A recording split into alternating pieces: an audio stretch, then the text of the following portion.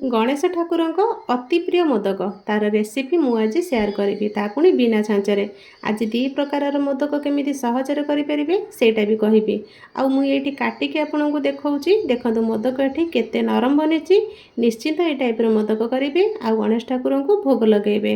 नमस्कार, रोजी हांडीशाला को आपण मानकु अनेक अनेक स्वागत। आशा करुँची आज रेसिपीटी भल लगे लाइक करेंगे, शेयर करेंगे, चैनल नुआ थे चैनल को सब्सक्राइब करने। आसतु आरंभ करिबा आजिर एही रेसिपी। मोदक तैयारी करिबा पई प्रथमे जंतुणी प्रस्तुत करिबा। सेथिपई मु गोटे कप रे आधा कप नै जाईची पानी। आधा कप पानी रे मु दे देबी आधा कप रो क्षीर। एठी हमर गोटे कप हे गला। तो आपण चाहिले खाली गोटे कप क्षीर रे बनै पारिबे किंबा गोटे कप पानी रे बनै पारिबे। क्षीर जदि आपण व्यवहार करूछंती मोदक हमर पूरा धळा दिसिबो। आउ एबे एथिरे मु दे देबी अल्प टिके लूण। एठी दे दोची गोटे चम्मच रो गुआ घियो। ता सहित एठी मु दे देबी 2 चम्मच रो चीनी। एई सब को आमे फुटिबा पई छाडी देबा। जेते बेले भल भाबे फुटी जिवो एबे मु सेथिरे दे देबी 1.5 कप रो चाउल गुंड। प्रथमे गोटे कप देकी मिक्स करनेबा, तापर आउ आधा कप दे देबा। गोटे कप पानी बा क्षीर पाई मुझे 1.5 कप रो चाउल गुंड नहीं। यही चाउल गुंड को मु घरे बनई।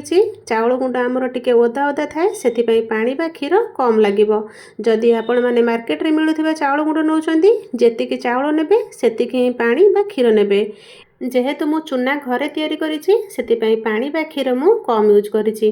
देखंतु चाउल चूना पके सारिछे आमर सुखिला हो जाइछि। बस गोटे मिनट रे ये सुखिला हो जिवो। गैस रो फ्लेम को लो टू मीडियम रे रखिकी आकु गोळेइबे। मु एठी चाउल चूना पानी को मापिए पई मेजरिंग कप नैछि। आपण माने चा पीबा कप हेउ किंबा गिना को गोटे सेट करंतु ए सब को मापिए पई। एबे देखंतु जंतुणी हमर सुखिला हो जाइछि। एबे गैस को बंद कर देबा और एहा को कवर करके 5 मिनिट छाडी नेबा आउ टिके भल भाबरे सिझि जिबा पई। एबे आमे पूरा तैयारी करिबा। सेथिपई गोटे पैन रे गोटे चम्मच घियो नैछि। घियो गरम हो सारिबा परे देई देबा गोटे चम्मच रो पोस्त। आपण मानकु जदि पोस्त भल लागेनी आपण माने धळा राशि गोटे चम्मच नै परिबे, किंतु पोस्त दबा द्वारा टेस्ट बहुत बढ़िया आसी थाए। पोस्त टिके भाजी होला परे एबे देई देबा गोटे कप रो नडिया कोरा। एबे देई देबा आधा कप रो गुड़। मु एठी गोटे कप नैथिली नडिया कोरा सेथिपई आधा कप देइछि गुड़। जेतिके नडिया कोरा नेबे तार आधा आमे गुड़ नेबा। गुड़ को नडिया सहित मिक्स करिबा। एबे गुड़ मेल्ट होला पर्यंत गैस रो फ्लेम को लो टू मीडियम रखिकी आमे भाजी नेबा। जेतेबेले नडिया गुड़ हमर भल भाबे भाजी हे जिवो एबे सेथिरे आमे देई देबा गुजराती गुंड। एबे देई देबी 2 चम्मच काजूर गुंड। काजू को छोट छोट काटिकी गुंड करिकी नैछि। आपण चाहिले बादाम किंबा किशमिश को छोट छोट काटिकी मधे नै परिबे। एबे याकू किछि समय भाजी नेबा। एबे हमर पूरा तैयारी हे गला। गैस रो फ्लेम को बंद करिकी याकू ठंडा हेबा को साइड रे रखिबा। एठी देखंतु घोड़े के रखितिले जंतुणी आउ टिके भल भाबरे सिझि जाइछि। एबे आमे गोटे जागा को काढी नेबा। तो एठी गोटे बाउल रे मु काढी नैछि। एठी देखि पारुथिबे जंतुणीटी हमर सुखिला हे जाइछि। हमर एमिति ही रहिबा दरकार जंतुणी। आपण माने जति अधिका पानी देकी पानिया करिबे जंतुणी बिल्कुल भी मोदकर सेव करि हेबनी। आठु अधिका भी सुखिला करिबेनी। एइटा को भी ध्यान रखंतु। मेजरमेंट रो ध्यान रखिले मोदक आमर परफेक्ट बनिबो। जेमिति मु मेजरमेंट कहितिली सेही हिसाब रे पानी नेबे। एबे हाथ को हल्का ओदा कर नेबे, तापर आपण चकड़ी नेबे। एथिरे बिल्कुल भी पानी देबेनी। हल्का हाथ रे टिके टिके पानी लगेकी चकड़िबा को चेष्टा करिवे। तो एठी देखंतु हे गला हमर चकटा। सुखिला हाथ रे आपण धरिबे। हाथ रे जंतुणी बिल्कुल भी लागुनी। एही भଳି ही चिकन करिकी चकटिबे।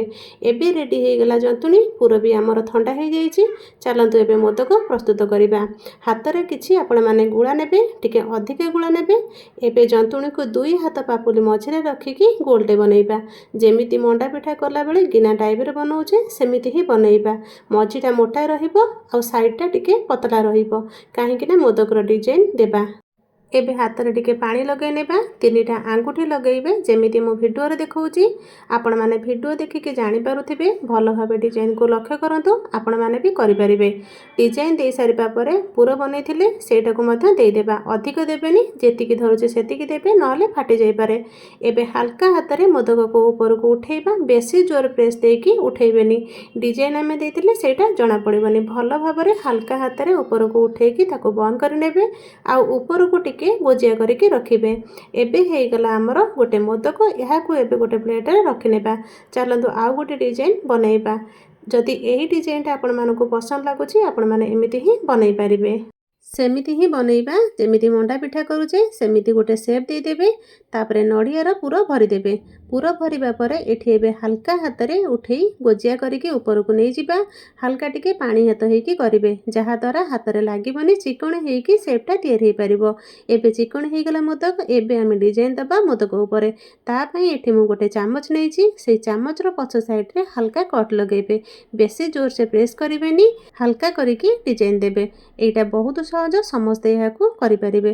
ତ ଦେଖନ୍ତୁ ଏଇଠି ଆମର ଆଉ ଗୋଟେ ରେଡ଼ି ହେଇଗଲା ମୋଦକ। ଆପଣମାନଙ୍କୁ ଯେଉଁଟା ସହଜ ଲାଗିବ ସେଇଟା ବନେଇ ପାରିବେ। ଆକୁ ବି ଗୋଟେ ପ୍ଲେଟ୍ରେ ରଖିଦେବା। ଏବେ ମୁଁ ସବୁଗୁଡ଼ିକୁ ବନେଇ ନେଇଯାଇଛି। ଏବେ ଆମେ ଷ୍ଟିମ୍ ଦେବା ବା ସିଝେଇବା ପାଇଁ ମୁଁ ଏଠି ଗୋଟେ କଡ଼େଇରେ ପାଣି ଦେଇକି ଗରମ କରି ନେଇଛି। ଗୋଟେ ଷ୍ଟିମରରେ କଦଳୀପତ୍ରକୁ ଦେଇଦେବା। ଆପଣଙ୍କ ପାଖରେ ଯଦି ଷ୍ଟିମର ନଥିବ ତାହେଲେ ଇଟିଲି ଛାଞ୍ଚରେ ମଧ୍ୟ ଆପଣ ଏହାକୁ ସିଝେଇ ପାରିବେ। ଏବେ ସବୁ ମୋଦକକୁ ରଖି ସାରିବା ପରେ କଭର ଦେଇକି ହାଇ ଫ୍ଲେମ୍ରେ 15 ମିନିଟ୍ ପର୍ଯ୍ୟନ୍ତ ଛାଡ଼ିଦେବା ସିଝିବା ପାଇଁ। ତ 15 ମିନିଟ୍ ପରେ ଦେଖନ୍ତୁ ଏଇଠି ମୋଦକ ଆମର ସିଝି ଯାଇଛି। ହାତରେ ବି ଟିକେ ଲାଗୁନି। ଏବେ ଗ୍ୟାସ୍କୁ ବନ୍ଦ କରିନେବା, ଥଣ୍ଡା ହେବାକୁ ଛାଡ଼ିଦେବା। ଥଣ୍ଡା ହେଲା ପରେ ଏଠି ମୁଁ ପ୍ଲେଟ୍ରେ ସଜେଇ ନେବି। ଏଠି ଅଳ୍ପ କିଛି କ୍ଷୀରରେ ଫୁଡ୍ କଲର୍ ଦେଇକି ମୋଦକରେ ଦେଇଦେବି ଟିକେ ସୁନ୍ଦର ଦେଖାଯିବା ପାଇଁ। ଏବେ ଆମର ମୋଦକ ରେଡ଼ି ହେଇଗଲା ଗଣପତିଙ୍କ ପାଖରେ ଭୋଗ ଲଗାଇବା ପାଇଁ। ନିଶ୍ଚୟ ବନାନ୍ତୁ। କେମିତି ଲାଗିଲା ମୋ ସହିତ ସେୟାର କରନ୍ତୁ। ଆଜି ପାଇଁ ରହୁଛି, ପୁଣି ଆସିବି ନୂଆ ଗୋଟେ ରେସିପି ନେଇକି। ସେ ପର୍ଯ୍ୟନ୍ତ ରହିଲି, ନମସ୍କାର, ଜୟ ଜଗନ୍ନାଥ।